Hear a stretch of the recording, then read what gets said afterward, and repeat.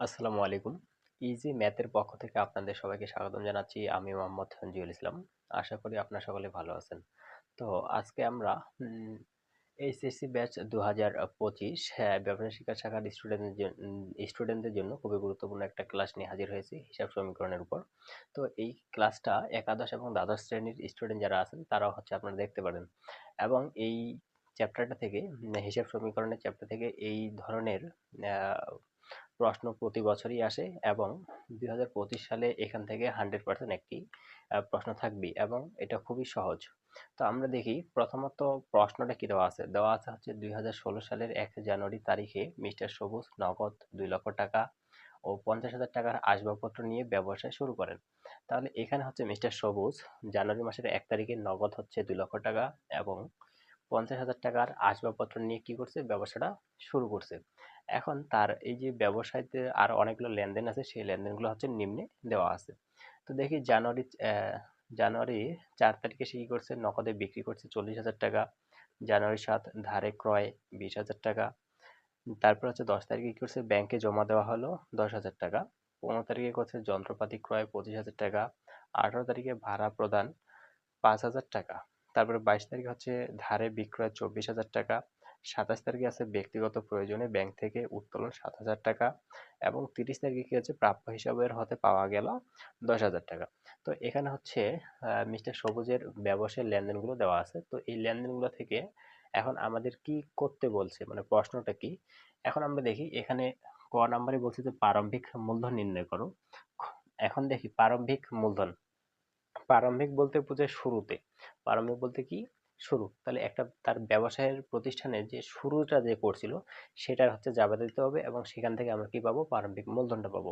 তাহলে দেখি মিস্টার সবুজ ব্যবসা শুরু করছে কখন, 2016 সালে 1 জানুয়ারি তারিখে। তাহলে এই যে জানুয়ারি মাসের 1 তারিখে যে লেনদেনটা ঘটছে সেটাকে বলা হয় প্রারম্ভিক লেনদেন। এখন এই প্রারম্ভিক লেনদেন থেকে সে ব্যবসায় কি কি নিয়ে আসে, তা ব্যবসা থেকে ব্যবসায় যে সকল সম্পদ বা দায় নিয়ে আসবে সমস্ত কিছু কি হবে, মূলধন হিসেবে গণ্য করা হবে। তাহলে আমরা দেখি নগদ টাকা নিয়ে আসে 2 লক্ষ টাকা এবং 50,000 টাকার আসবাবপত্র নিয়ে আসছে। তাহলে এই যে নগদ 2 লক্ষ টাকা এবং আসবাবপত্র 50,000 টাকা, এই যে টাকাগুলা সেটা তার মূলধন হিসেবে ধরা হবে। তাহলে আমরা লিখি সমাধান।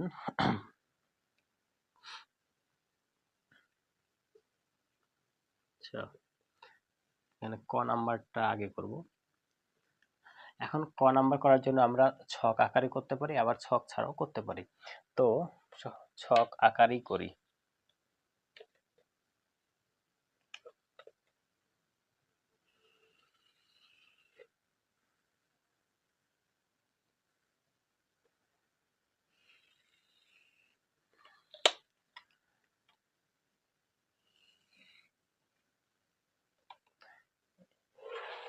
আমরা একটা বিবরণের ঘর দেব আর টাকার ঘর দেব একটা দিলেও হবে, দুইটাও দিতে পারি।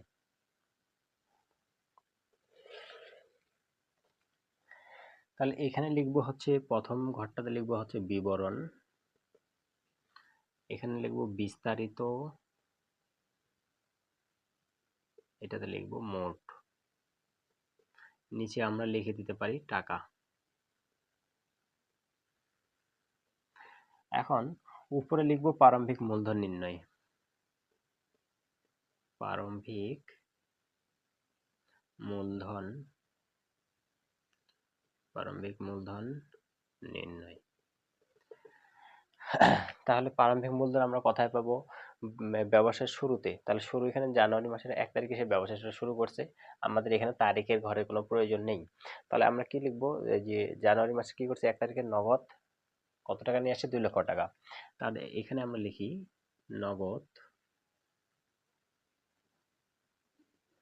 নগদ টাকা নিয়ে আসে কত, বিস্তারিত ঘরে লিখবো 2 লক্ষ টাকা। তারপর আর কি নিয়ে আসে, আসবাবপত্র। তাহলে এখানে লিখবো আসবাবপত্র, আসবাবপত্র। আসবাবপত্র কত নিয়ে আসে, 50,000 টাকা। এটা 50,000 টাকা। আর কিছু আছে, আর কিছু 1 তারিখের মধ্যে দেওয়া নেই। তাহলে এইখানে এখন আমরা কি করব, এই টাকাটাকে যোগ করব। তাহলে এখানে 2 লক্ষ আর 50,000 যোগ করে আমরা মোটের ঘরে বসাবো। তাহলে মোটের ঘর কত, 2,50,000। এই 2,50,000 টাকাই হচ্ছে তার হচ্ছে প্রারম্ভিক মূলধন। আমরা এখানে লিখে দিতে পারি মূলধন। তো এটা হচ্ছে ক নম্বর প্রশ্নের সমাধান। তো ক নম্বর প্রশ্ন বলছিল কি প্রারম্ভিক মূলধন নির্ণয় করো। তাহলে প্রারম্ভিক মূলধন নির্ণয় করতে গেলে আমাদের হচ্ছে তার ব্যবসাটা যখন শুরু করছে, যে তারিখে শুরু করছে সেখান থেকে হচ্ছে তার যে সমস্ত তথ্যগুলো দেওয়া আছে সেগুলো আমাদের নিয়ে আসতে লাগবে। তাহলে আমরা দেখতে পাই যে 1 জানুয়ারি তারিখে মিস্টার সবুজ কি করছে, নগদ 1,00,000 টাকা ও 50,000 টাকার আসবাবপত্র নিয়ে ব্যবসাটা শুরু করছে। তাহলে সে ব্যবসা শুরু করছে কি দিয়ে? নগদ টাকা নিয়ে আসে 2,00,000 টাকা আর আসবাবপত্র নিয়ে আসে 50,000 টাকা। এটা ছিল তার শুরুর লেনদেন, মানে হচ্ছে প্রারম্ভিক লেনদেন। তাহলে এই যে 2,00,000 টাকা আর 50,000 টাকা যোগ করলে আমরা কত পাই? 2,50,000। এই 2,50,000 টাকা হচ্ছে তার কি প্রারম্ভিক মূলধন। এখন আমরা দেখি খ নাম্বার। খ নাম্বারে কি দেওয়া আছে? বলছে 4, 10, 18 এবং 27 এই তারিখের কিগুলো দাও, জাবেদা দাও। তাহলে কত তারিখ? 4, 10, তারপরে 18 আর হচ্ছে 27। এখানে 4টা লেনদেনের আমাদের জাবেদা চাইছে। তো প্রথমে দেখি 4 তারিখে কি বলছে, নগদে বিক্রয় 40,000 টাকা। এখন আমরা দেখি নগদে বিক্রয়, যদি আমরা হচ্ছে কোনো কিছু নগদে বিক্রি করি তাহলে একটু চিন্তা করি, যদি কারো কাছে নগদে কিছু বিক্রি করা হয় তাহলে কি আমাদের নগদ টাকা আসে? তাহলে নগদ টাকা আসতেছে আর বিক্রি করতেছি, মানে যেটা বিক্রি করতেছি সেটা আমাদের কমে যাচ্ছে। তাহলে আমরা এখান থেকে কি নগদান ডেবিট হচ্ছে আর বিক্রয়টা কি হচ্ছে? ক্রেডিট হচ্ছে। তারপর হচ্ছে 10 তারিখে ব্যাংকে জমা দেওয়া হলো 10,000 টাকা। এখন আমরা যদি হচ্ছে ব্যাংকে টাকা জমা দেই তাহলে কি আমাদের নগদ টাকা কমতেছে, আর ব্যাংকে টাকা জমা দেওয়ার ফলে ব্যাংকের অ্যাকাউন্টে যে টাকাটা সেটা কি হচ্ছে? জমা হচ্ছে। তার মানে কি এখান থেকে ব্যাংকটা ডেবিট হচ্ছে আর নগদ টাকা ক্রেডিট হচ্ছে। তারপর দেখি 18 তারিখ ভাড়া প্রদান করা হলো 5,000 টাকা। এখানে বলছে ভাড়া প্রদান, আমরা যদি কোনো কিছুর ভাড়া প্রদান করি, যেমন হচ্ছে যাতায়াত ভাড়া, তারপরে আপ্যায়ন খরচ, মানে যে কোনো কিছু ভাড়া যদি হচ্ছে আমরা কি করি? প্রদান করি, তাহলে কি আমাদের সেখান থেকে নগদ টাকা কি চলে যাবে না? তাহলে এই যে টাকাটা যাচ্ছে কিসের জন্য যাচ্ছে? তাহলে ভাড়াটা একটা খরচ, তাহলে ভাড়া খরচটা ডেবিট হচ্ছে আর নগদ টাকা ক্রেডিট হচ্ছে। তারপর দেখি 27 তারিখে বলছে ব্যক্তিগত প্রয়োজনে ব্যাংক থেকে উত্তোলন 7,000 টাকা। এখন ব্যক্তিগত প্রয়োজন বলতে কি বোঝায়? ব্যক্তিগত প্রয়োজন বলতে আমরা এখানে যা সমস্ত হিসাব করি সমস্ত কিছু হচ্ছে ব্যবসায়ের হিসাব, কোনো মালিকের হিসাব আমরা করি না। তাহলে এই ব্যক্তিগত প্রয়োজনটা হচ্ছে মালিকের, মানে মালিক তার ব্যক্তিগত প্রয়োজনে ব্যবসায়ের ব্যাংকের অ্যাকাউন্ট থেকে কি করছে? টাকা তুলে নিয়ে গেছে। তো মালিক যদি ব্যবসা থেকে টাকা তুলে নিয়ে যায় তাহলে কি হয়? মালিকের টাকা কমবে। তাহলে মালিকের টাকা কমে কিভাবে? উত্তোলন নামক একটি খরচের মাধ্যমে। তাহলে আমরা এখান থেকে কি পাচ্ছি? উত্তোলন হিসাব ডেবিট, আর ব্যাংকের থেকে টাকা যেহেতু নিয়ে গেছে তাহলে আমাদের ব্যাংক হিসাবটা ক্রেডিট হচ্ছে। তাহলে দেখি এখন আমরা জাবেদা করিব। তো প্রথমে আমাদের জাবেদা ছক করতে হবে। আমি এখানে প্রশ্নগুলা মিশে, আচ্ছা। তারপরে দেখি গ নাম্বারে কি বলছে। গ নাম্বার হচ্ছে 7, 15, তারপরে হচ্ছে 22 এবং 30 তারিখের লেনদেনগুলো হিসাব সমীকরণের প্রভাব। তাহলে হচ্ছে কত? 7, তারপরে 15, 22, 30। এই 4টা লেনদেন কি বলছে? যে হিসাব সমীকরণের উপর প্রভাব দেখাতে বলছে। এখানে জায়গা শর্ট, তাই আমি প্রশ্নগুলা একটু মিশিয়ে দিচ্ছি। এখন আমরা খ নাম্বার প্রশ্নটির সমাধান করব। খ নাম্বার প্রশ্ন সমাধান করার জন্য আমাদের প্রথমে জাবেদা ছক আঁকতে লাগবে। তো জাবেদা ছকটা এখানে আমি আঁকি আগে।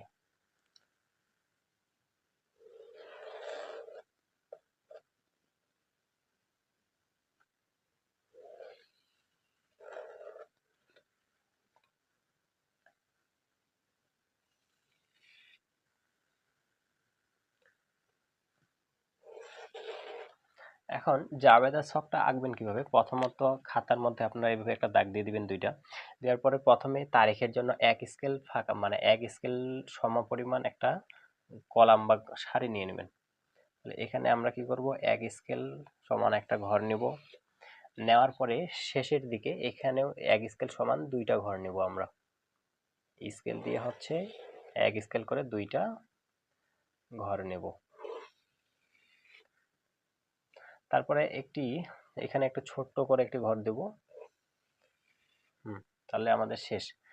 তাহলে জাবেদা ছক করব কিভাবে? প্রথমত আমাদের এই পাশে দুইটা দাগ দিতে হবে খাতায়। দেওয়ার পরে এই পাশে কি করব, এক স্কেল সমান একটি ঘর করব। তারপরে কি করব, একবারে খাতার শেষ প্রান্তে এই পাশে এক স্কেল সমান করে দুইটি ঘর নেব। তারপর একটি ছোট ঘর নেব। এখন আমরা হচ্ছে নাম লিখব। তাহলে এই প্রথম ঘরটাতে নাম লিখব হচ্ছে তারিখ। তারপরে বড় ঘরটাতে নাম লিখব বিবরণ বা লিখতে পারি হিসাব খাত। আর ছোট যে ঘরটা আছে সেটাতে আমরা লিখব তথ্য সূত্র। তারপরে ঘরটাতে লিখব ডেবিট, তারপরটা হচ্ছে ক্রেডিট, নিচে লিখে দেব টাকা।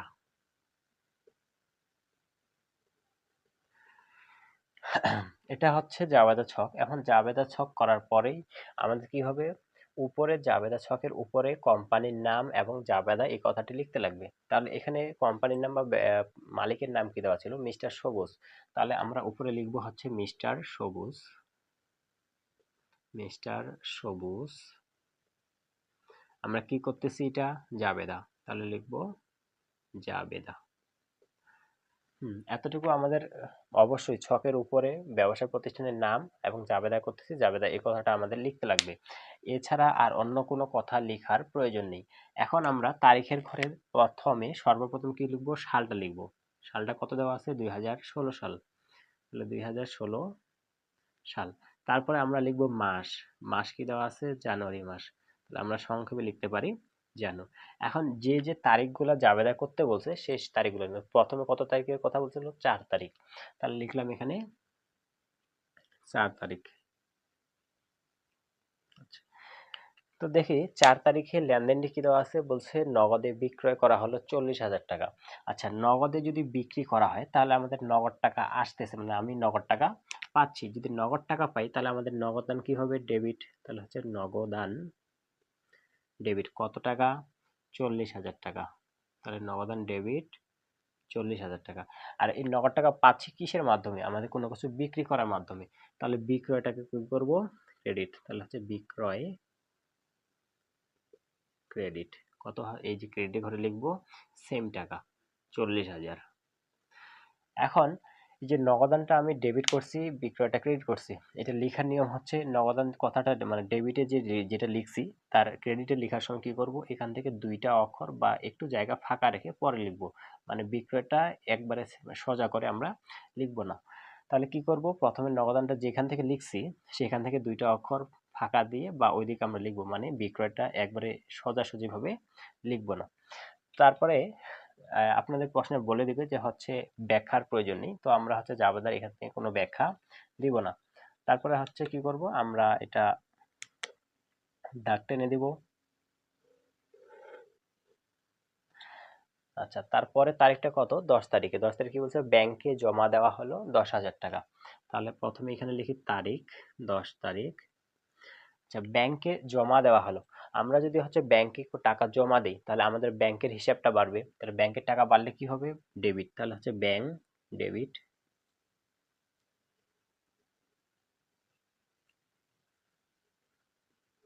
ব্যাংক ডেবিট কত হাজার, 10,000 টাকা। তাহলে এই যে ডেবিটের ঘরে লিখবো 10,000 টাকা। এবং ব্যাংকে টাকা দেওয়ার ফলে আমাদের নগদ টাকা কি হবে, কমে যাবে। তাহলে নগদ টাকা যদি কমে যায় তাহলে নগদান কি হবে, ক্রেডিট হবে। তাহলে হচ্ছে নগদান ক্রেডিট 10,000 টাকা।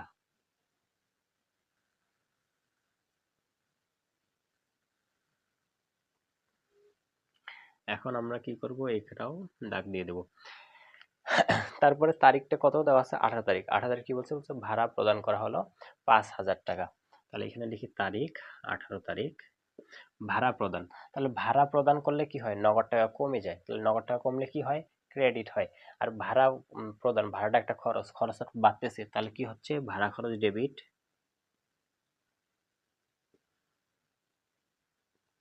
ভাড়া খরচ ডেবিট আর নগদান ক্রেডিট। কত টাকা, 5,000, 5,000 টাকা। তারপরে সর্বশেষ তারিখটি কত হচ্ছে, 27 তারিখ। 27 তারিখে কি বলছে? বলছে ব্যক্তিগত প্রয়োজনে ব্যাংক থেকে উত্তোলন 7,000 টাকা। এখন ব্যক্তিগত প্রয়োজনে উত্তোলনটা কি করতেছে? মালিক করতেছে।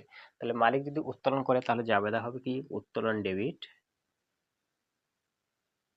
উত্তোলন ডেবিট। আর কিসের টাকা করতেছে, কমতেছে? আমাদের ব্যাংকের টাকা কমতেছে।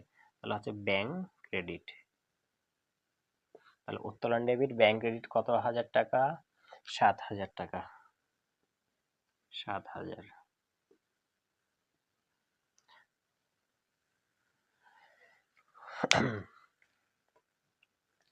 তো দেখি আমাদের খ নাম্বারে 4টা লেনদেনে হচ্ছে জাবেদা করতে বলতেছিল। 4, 10, 18 এবং 27 এই 4টা লেনদেনে জাবেদা করতে বলছে। তাহলে এই 4টা লেনদেনে আমরা জাবেদা করলাম।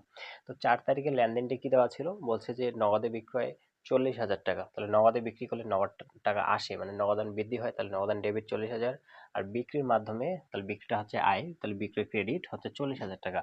তারপরে 10 তারিখে বলছে ব্যাংকে জমা দেওয়া হলো। ব্যাংকে যদি জমা দেওয়া হয় তাহলে ব্যাংকের টাকা বাড়ে, তাহলে ব্যাংক ডেবিট 10,000 টাকা আর নগদ টাকা কমে যায়, তাহলে নগদান ক্রেডিট 10,000 টাকা। 18 তারিখে ভাড়া খরচ প্রদান করা হয়েছে, তাহলে ভাড়া প্রদান হচ্ছে 5,000 টাকা, তাহলে ভাড়া খরচের ডেবিট 5,000 আর নগদান হচ্ছে ক্রেডিট 5,000। 27 তারিখে হচ্ছে কি? ব্যক্তিগত প্রয়োজনে ব্যাংক থেকে উত্তোলন করা হয়েছে 7,000 টাকা, তাহলে উত্তোলন ডেবিট 7,000 আর ব্যাংক হচ্ছে ক্রেডিট 7,000। তো এটা ছিল খ নম্বর প্রশ্নের সমাধান। তো আশা করি আপনারা বুঝতে পারছেন। তো খ নাম্বার প্রশ্নের সমাধান করার পরে আমাদের হচ্ছে গ নাম্বারটি করতে লাগবে। এখন গ নাম্বার কি বলছে? গ নাম্বারে 4টা লেনদেনের হিসাব সমীকরণের প্রভাব দেখাতে বলছিল। বলছে 7 তারিখ, 15 তারিখ, 12 তারিখ আর হচ্ছে 30 তারিখ। তাহলে 7, 15, 22 আর হচ্ছে 30, এই 4টা লেনদেনের হচ্ছে হিসাব সমীকরণের উপর কি করতে বলছিল? প্রভাব, মানে হিসাব টেবিলের ছকের মাধ্যমে কি করো? হিসাব সমীকরণের উপর দেখাতে লাগবে। এখন আমাদের এই 4টা লেনদেনের হিসাব সমীকরণের ছক আঁকার আগে আগে বের করতে লাগবে সম্পদের পাশে কয়টি ঘর হবে এবং দায়ের পাশে কতটি ঘর হবে। তাহলে এই ঘরগুলো হচ্ছে আমাদের বের করতে হবে। তাহলে আমরা প্রথমে আগে ঘরগুলো বের করি।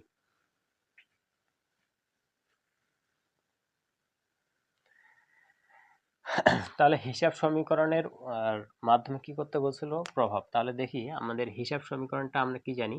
এ ইকুয়াল এল প্লাস ও ই, এটা হচ্ছে হিসাব সমীকরণ। এখন এই যে এ দ্বারা বোঝানো হয় সম্পদ এবং এল ওই সম্পূর্ণটা হচ্ছে দায়। এখন আমরা প্রথমত দুইটা ঘর অবশ্যই কমন পাবো। সেই দুইটি ঘরের প্রথমটি হচ্ছে সম্পদের পাশে একটি ঘর হচ্ছে নগদ আর দায়ের পাশে একটি ঘর হচ্ছে মূলধন। এই দুইটি ঘর অবশ্যই হিসাব সমীকরণের মধ্যে আসবেই, একটা নগদের ঘর আর একটা হচ্ছে মূলধনের ঘর। সম্পদের পাশে নগদ আর দায়ের পাশে কি? মূলধন। এখন আমরা যে যে তারিখগুলোর হিসাব সমীকরণের উপর প্রভাব দেখাতে বলছে সেই তারিখগুলোর জাবেদা করব। জাবেদা করার পরে আমরা হচ্ছে ঘর নির্ণয় করব। এখন দেখি 7 তারিখে বলছে ধারে ক্রয় করা হলো 20,000 টাকা। তো কোনো কিছু যদি ধারে ক্রয় করা হয় তাহলে সেটার ক্ষেত্রে জাবেদাটা কি হয়? তাহলে ধারে ক্রয় করলে ক্রয় ডেবিট হয় আর হচ্ছে কি হয়? প্রদেয় হিসাব ক্রেডিট। তাহলে ধারে ক্রয়ের মাধ্যমে কি হচ্ছে? ক্রয় ডেবিট আর প্রদেয় হিসাব ক্রেডিট। এখন এই যে ক্রয়, ক্রয়টা হচ্ছে কি? একটা ব্যয়। ক্রয় কি? ব্যয়। এখন আমরা এই এর পাশে লিখবো সম্পদের ঘর, এল এর পাশে লিখবো হচ্ছে বহির্দায় যেগুলো সেগুলা, আর ওইতে লিখবো হচ্ছে কি? মালিকানা সত্ত্ব। এবং আমরা পুরো প্রথম ক্লাসে যেটা দেখছিলাম যে ওইয়ের মধ্যে আমরা কি পাই? 4টা উপাদান পাই। একটা হচ্ছে আয় ব্যয়, একটা হচ্ছে মূলধন আর একটা কি? উত্তোলন। তাহলে এই যে ওইয়ের মধ্যে আমরা আয় পাই, ব্যয় পাই, তারপরে হচ্ছে মূলধন পাচ্ছি আর কি পাচ্ছি? উত্তোলন। তাহলে এই যে দেখি ক্রয়, ক্রয়টা একটু ব্যয়। তাহলে এই ব্যয়ের জন্য মানে ক্রয়ের জন্য আমাদের আলাদা করে কোনো ঘর লাগবে না। এই মূলধনের ঘরটা মানে ওই যে ঘরটি দেওয়া আছে সেই ঘরের মধ্যেই আমরা কি করব? যোগ বিয়োগ করে নিব। তাহলে ব্যয় যদি হয় তাহলে ওই টাকা কমে। মানে একটা ব্যবসা প্রতিষ্ঠানে যদি ব্যয় হয় তাহলে মালিকের টাকা কমবে কিনা? তাহলে ব্যয় হলে তো অবশ্যই টাকা কমবে।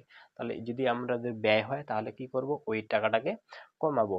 আর তারপরে দেখি এখানে যদি আয় হয় তাহলে ওই টাকা বাড়বে। একটা ব্যবসা প্রতিষ্ঠানে যদি মুনাফা হয় বা আয় হয় তাহলে অবশ্যই কি? মালিকের টাকা বৃদ্ধি পাবে।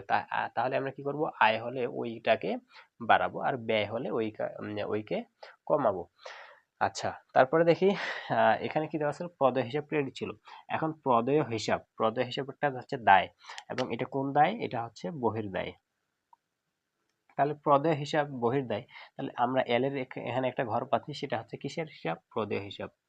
তাহলে হচ্ছে প্রদেয় হিসাব। দায়ের পাশে পাইলাম হচ্ছে দুইটা ঘর, একটা প্রদেয় হিসাব আর একটা হচ্ছে মূলধন, আর সম্পদের পাশে পাইলাম একটা ঘর, সেটা হচ্ছে কি নগদ। এখন দেখি তারপরের তারিখটা, তারপরের তারিখটা কত, 15 তারিখে বলছে যন্ত্রপাতি ক্রয়। তাহলে যন্ত্রপাতি এটা হচ্ছে একটা সম্পদ, তাহলে যন্ত্রপাতি ক্রয় করলে কি হয়, এখানে শুধু আছে যে যন্ত্রপাতি ক্রয়ে এত হাজার টাকা। এখন এখানে নগদ কি নগদান, সরি নগদে কিংবা বাকিতে এই কথাটি কি নেই, উল্লেখে নাই। যদি শুধুমাত্র বলে যে সম্পত্তি ক্রয় এত টাকা বা নগদ যন্ত্রপাতি ক্রয় এত টাকা, আসবাবপত্র ক্রয় এত টাকা, তাহলে সেটা আমরা অবশ্যই ধরে নেব সেটা কিসের, নগদে ক্রয় করা হয়েছে। যন্ত্রপাতি যদি ক্রয় করা হয় সেটা যাবে কি হবে, যন্ত্রপাতি ডেবিট, যন্ত্রপাতি ডেবিট, আর যন্ত্রপাতিটা নগদে ক্রয় করলে নগদটা কমবে, তাহলে হচ্ছে নগদান ক্রেডিট। এখন আমরা এখানে দেখি যন্ত্রপাতি এটা একটি সম্পদ, নগদান এটা একটি সম্পদ, তাহলে যন্ত্রপাতি, তাহলে আমরা এই যে সম্পদের পাশে আরেকটি ঘর পাচ্ছি সেটা হচ্ছে যন্ত্রপাতি। আর নগদান, নগদের ঘর অলরেডি আছেই, নগদ এবং নগদান একই বিষয়, তাহলে নগদানের ঘর আমাদের আর লাগতেছে না। তারপরে দেখি ধারে বিক্রয় 24,000 টাকা। এখন আমরা যদি হচ্ছে ধারে বিক্রি করেছি, মানে কারো কাছে হচ্ছে বাকিতে বিক্রি করছি, টাকাটা পাইনি কিন্তু টাকাটা আমরা পাবো, তাহলে যার কাছ থেকে আমরা টাকাটা পাবো সে আমাদের কোন হিসাব, প্রাপ্য হিসাব। তাহলে ধারে বিক্রয়ের ফলে জাবেদাটি কি হয়, হচ্ছে প্রাপ্য হিসাব ডেবিট, প্রাপ্য হিসাব ডেবিট, আর বিক্রয়, বিক্রি করলে কি হচ্ছে বিক্রয়টা আয়, তাহলে বিক্রয় ক্রেডিট। এখন দেখি এই যে প্রাপ্য হিসাব, প্রাপ্য হিসাবটা এটা হচ্ছে সম্পদ, এটা কি সম্পদ। তাহলে এই যে প্রাপ্য হিসাব হচ্ছে সম্পদ, তাহলে সম্পদের পাশে আমাদের আরেকটি ঘর লাগতেছে সেটা হচ্ছে প্রাপ্য হিসাব, লিখি প্রাপ্য হিসাব। তারপর হচ্ছে বিক্রয়, বিক্রয়টা হচ্ছে আয়, কারণ এটার মাধ্যমে আমরা টাকা পাচ্ছি। তাহলে এই যে বিক্রয় হচ্ছে আয়, তাহলে আয়টা আমাদের কোথায় যাবে, ওইয়ের ঘরে, মানে মালিকানা সত্ত্বের ঘরে যাবে। এখন মালিকানা সত্ত্বের ঘরে যদি যায়, আয়টা কি হবে, মালিকানা সত্ত্বের টাকাটাকে বৃদ্ধি করবে, তার মানে আমরা কি করব, বিক্রয়টাকে যোগ করব, তাহলে এই আয় বিক্রয়ের জন্য আলাদা করে কোনো ঘর লাগবে না। আচ্ছা, তারপরে সর্বশেষে একটি দেওয়া আছে যে প্রাপ্য হিসাবে হতে পাওয়া গেল 10,000 টাকা। এই যে একটু আগে হচ্ছে আমরা ধারে বিক্রি করছিলাম 24,000 টাকা, ওই 24,000 টাকার তার কাছ থেকে টাকাটা আমরা পাইতাম, ওই সেই টাকাটা হচ্ছে আমরা 30 তারিখে 10,000 টাকা তার কাছে আমরা পাইছি। তাহলে আমরা যদি তার কাছে টাকা পাই, প্রাপ্য হিসাবের কাছে যদি টাকা পাই, তাহলে আমাদের নগদ টাকা বাড়ে, তাহলে নগদান ডেবিট। এবং প্রাপ্য হিসাব একটু আগে আমরা কি করছিলাম, ডেবিট করছিলাম, এখন প্রাপ্য হিসাবের কাছ থেকে আমরা টাকা পেয়ে গেছি, তাহলে আমরা কি করবো, এখন প্রাপ্য হিসাবটাকে ক্রেডিট করব, তাহলে নগদান ডেবিট আর হচ্ছে প্রাপ্য হিসাব ক্রেডিট, প্রাপ্য হিসাব ক্রেডিট। এখন দেখি নগদ সম্পদ, প্রাপ্য হিসাবও সম্পদ, তাহলে নগদের পাশেও ঘর আছে, প্রাপ্য হিসাবেরও ঘর আছে, তাহলে আর আমাদের কোনো লেনদেন দেওয়া নেই। এখন দেখি সম্পদের পাশে আমরা ঘর পাচ্ছি একটা, দুইটা, তিনটা, আর দায়ের পাশে ঘর পাচ্ছি কয়টি, দুইটি। এখন আমাদের কি করতে হবে, হিসাব সমীকরণে ছকটি করতে লাগবে। তাহলে সম্পদের পাশে ঘর হচ্ছে কয়টি, তিনটি, সম্পদ, যন্ত্রপাতি আর প্রাপ্য হিসাব। আচ্ছা, এখন হিসাব সমীকরণের ছক আঁকতে লাগবে। এখন ছকটা আমরা কিভাবে আঁকবো একটু দেখি বোর্ডের মধ্যে।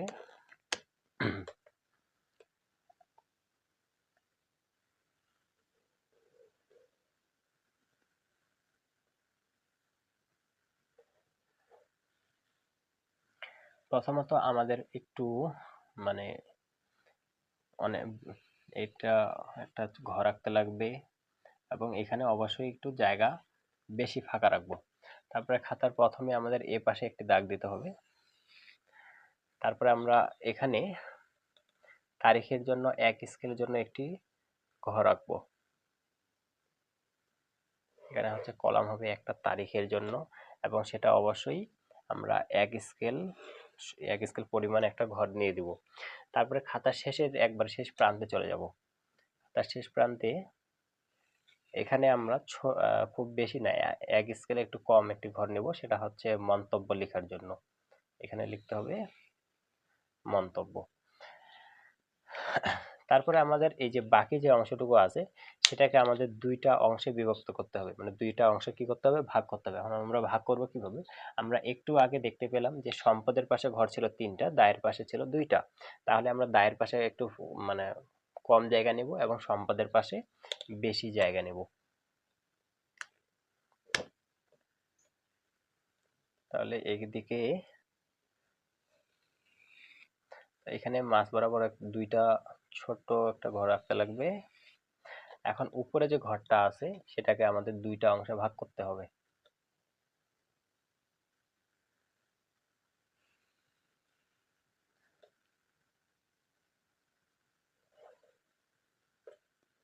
এখানে দায়ের পাশে আমরা ঘর পাইছিলাম দুইটা, তাহলে এখানে দুইটা কলাম আঁকবো এবং সম্পদের পাশে পাইছিলাম হচ্ছে তিনটি, তাহলে এখানে আমরা তিনটি কলাম আঁকবো।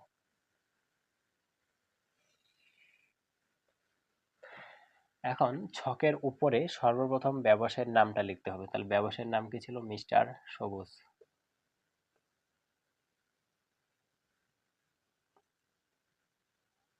তাহলে লিখবো মিস্টার সবুজ।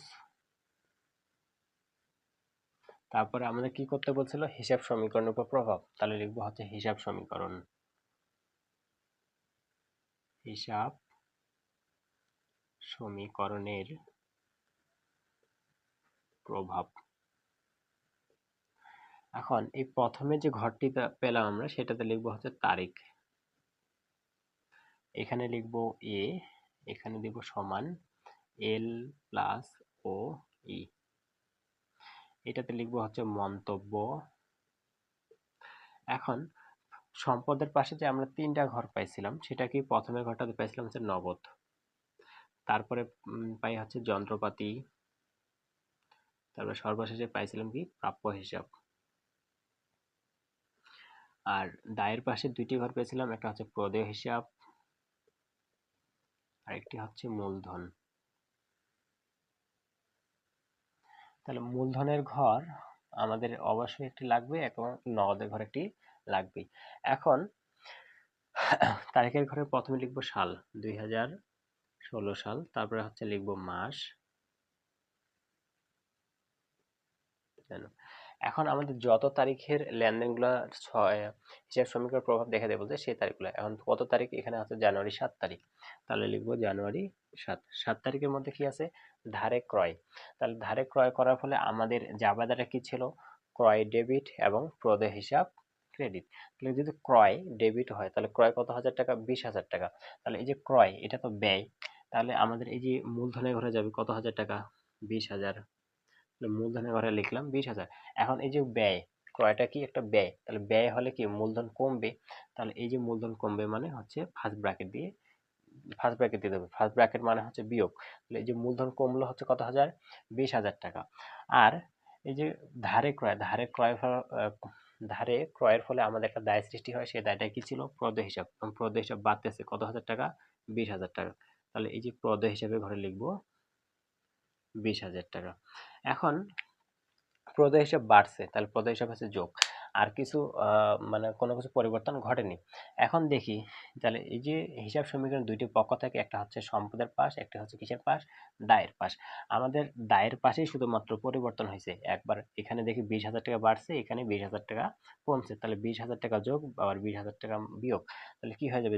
কাটাকাটি করলে জিরো হয়ে যায়। এখন আমরা যখনই মূলধনের ঘরে কিছু লিখবো তখনই অবশ্যই মন্তব্য করতে লাগবে। যখনই মূলধনের ঘরে কিছু লিখবো মানে টাকা পয়সা যোগ বিয়োগ করব তখনই কি করব? আমাদের মন্তব্য লিখতে হবে, তাছাড়া অন্য কোনো সময় আমাদের মন্তব্য লেখার প্রয়োজন নেই। তাহলে এইখানে যে আমরা মূলধনের ঘরে লিখলাম 20,000 টাকা কমাইলাম, সেটা কিসের জন্য? ক্রয়ের জন্য। তাহলে ক্রয়টা কি? ব্যয়, তাহলে আমরা লিখব ব্যয়, অথবা লিখতে পারি ক্রয়।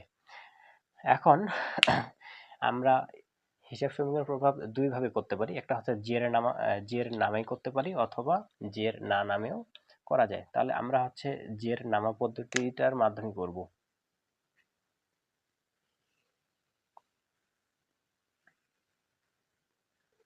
এখন আমরা হচ্ছে জের নামাবো। এখন এদিকে দেখি সব ব্যালেন্স জিরো, তাহলে সমস্যা নেই। এখন এদিকে আছে কত? 20,000, এখানে আছে 20,000 টাকা বিয়োগ। এখন দেখি উভয় পাশে সমান হয় কিনা। এ পাশে 20,000 থেকে 20,000 বাদ দিলে কত হয়? 0। সম্পদের পাশে নাই, সম্পদের পাশেও 0, তার মানে কি আছে? ইকুয়াল আছে। তারপরে তারিখটা কত? 15 তারিখ। যন্ত্রপাতি ক্রয় করা হলো 25,000 টাকা। এখন যন্ত্রপাতি ক্রয় করার ফলে কি হয়? জাবেদার যন্ত্রপাতি ডেবিট, নগদান ক্রেডিট। যন্ত্রপাতি তো সম্পদ, তাহলে যন্ত্রপাতি, এই যে যন্ত্রপাতির ঘরে, আচ্ছা তারিখ আগে লিখি, তারিখ কত? 15 তারিখ।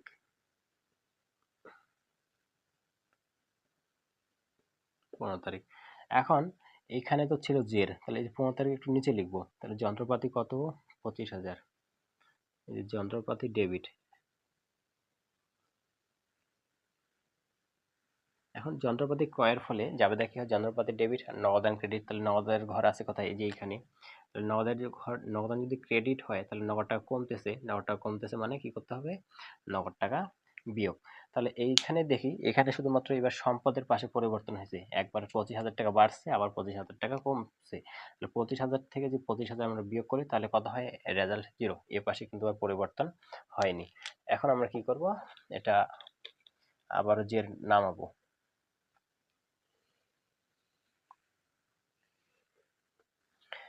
এখন দেখি, এখানে 25,000 টাকা বিয়োগ, এখানে 25,000, জের 0, এখানে 20,000, এখানে হচ্ছে 20,000। আমরা এখন কিন্তু মন্তব্য কিন্তু আমরা লিখবো না, কারণ ওই ঘরে কোনো কাজ করিনি, এটা হচ্ছে জের নামায় নিয়ে আসতেছে আগেরটি। তারপরে আমরা কি করবো? 15 তারিখের পরে দেখি 22 তারিখ। 22 তারিখ কি বলছে? ধারে বিক্রয় 24,000 টাকা। এখন ধারে যদি বিক্রি করা হয় তাহলে জাবেদা কি হয়? প্রাপ্য হিসাব ডেবিট আর বিক্রয় ক্রেডিট। তাহলে প্রাপ্য হিসাব ডেবিট, তাহলে তারিখটা আগে লিখি। তারিখ কত তারিখ? তারিখ হচ্ছে 22 তারিখ। এখন 22 তারিখ প্রাপ্য হিসাব ডেবিট, প্রাপ্য হিসাব কত টাকা? ধারে বিক্রি করে 24,000 টাকা। এই যে প্রাপ্য হিসাবে ঘরে লিখবো 24,000 টাকা। আর বিক্রয় ক্রেডিট, বিক্রয় করলে কি হয়? বিক্রয়টা হচ্ছে আয়, এটার ফলে কি হবে? মালিকের টাকা বাড়বে। তাহলে এই যে মালিকের ঘরটা বাড়াইলাম, এখন এটা হচ্ছে কি? বিক্রয়টা আয়, তাহলে মন্তব্যের ঘরে আমাদের কি লিখতে হবে? আয়। এখন দেখি সম্পদের পাশে 24,000 টাকা বাড়ছে, আবার দায়ের পাশেও 24,000 টাকা বাড়ছে, তাহলে দুই পাশে কি আছে? ব্যালেন্স সমান আছে, ইকুয়াল আছে। এখন আমাদের কি করতে হবে? জেরে নামায় নিয়ে আসতে হবে।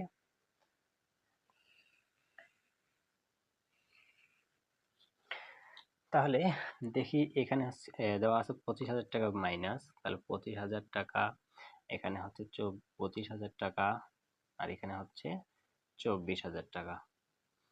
এখন এখানে হচ্ছে 20,000।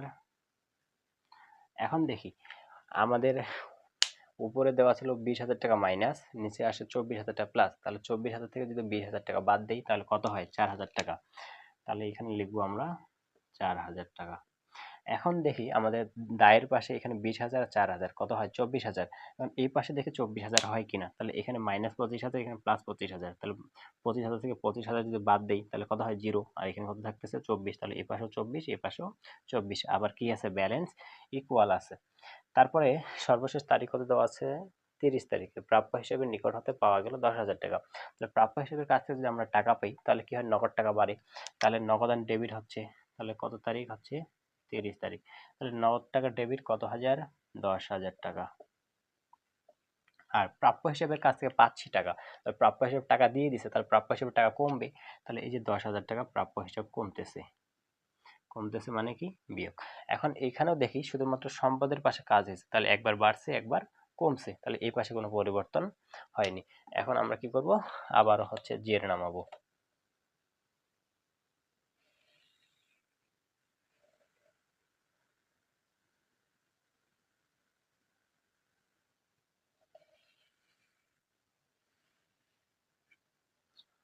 তাহলে এখানে দেখি 25,000, এখানে আছে কত? মাইনাস 25,000, এখানে প্লাস 10,000, তাহলে মাইনাস 25,000 থেকে যদি 10,000 বাদ দিয়ে দিই তাহলে কত হয়?